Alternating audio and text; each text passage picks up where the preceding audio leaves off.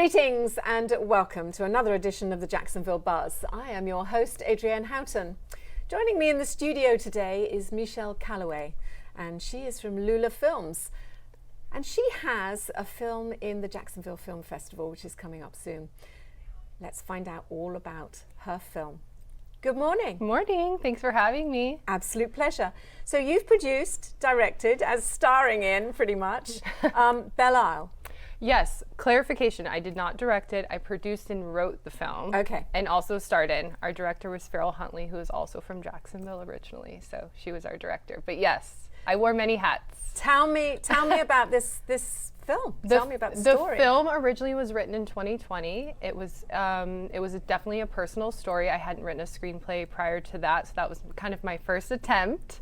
And we wrote it, and I connected with our director, Farrell, and we did a huge fundraising campaign for it locally. And obviously, we had tons of friends and family that helped support the production. We shot in 2021, and we actually premiered last summer at Sunray in 2023. Wow. For friends, family, crew, everyone that worked on it. So it was all local people to Jacksonville, and it was an amazing experience.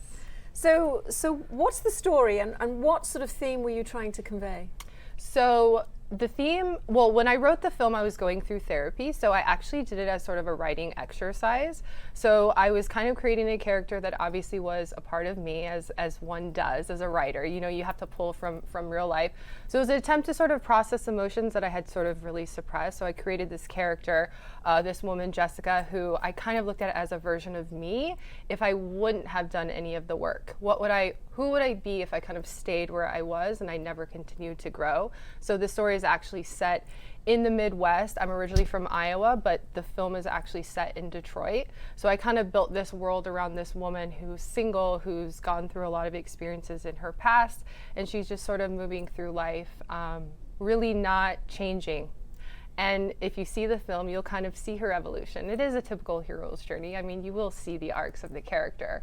But it was really personal. It was really difficult. So there's themes of trauma. There's themes of loneliness and not feeling connected to the world around you. We touch on EMDR therapy, which is a specific type of therapy that uses kind of eye movements to help process trauma. We talk about somatic movement therapy, using physical movement to help process emotions and trauma as well. So there's a lot of themes that we touch on in the film. When you're watching the film, how does it make you personally feel? It's really difficult to watch. I've probably only seen it 4 times. And do you identify more than you would like to? I feel like I'm not that version Okay. any longer, because it's been about 3 or 4 years since I wrote it. So at the time, I felt closer to the character. So it was a lot more difficult to play the character because it felt like a part of me was processing it. But I can look back now, and I have distance from Jessica. I have distance from the character. Good. So it is difficult for me to watch because it's so a part of me, where if I were to do a film or a different project that maybe was completely separate, that maybe I didn't write or I was doing for somebody else, it's much easier to consume the end result than this one. It's tricky. It's a real tough one. It's hard. A really tough one. What do you think were your biggest challenges in producing this? I think the initial challenge I thought was fundraising. I really wanted everyone on the film to be paid, whether you were cast, crew. We hired a lot of dancers from the Jacksonville Dance Theater to actually to dance in the film. We also shot during COVID, which was extremely difficult. A lot of actors and dancers at that time weren't being paid to work, and so they were just grateful to be there. COVID and obviously fundraising, I felt like were the biggest challenges at the beginning. We got through those, and I think towards the tail end, I think the most difficult part was bringing the project together.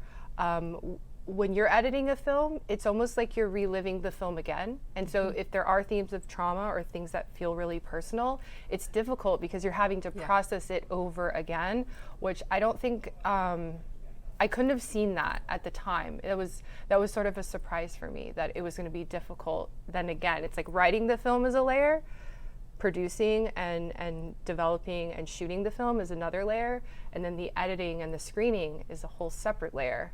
So it's like 3 times you're having to sort of go through these phases. Absolutely. Yeah. Of We're running out of processing. time, Yes. which is heartbreaking to me because I want to keep on asking you questions. Yes.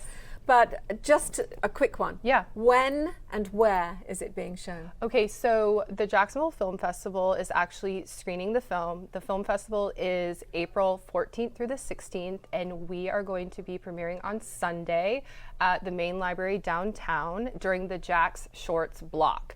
So there's a lot of Jacksonville Shorts films that are all being shown in one block. A block just means kind of back to back. Sure. So if you go to the jacksonvillefilmfestival.com, you'll be able to get tickets and see all the other films that are playing as well. Congratulations. Thank you.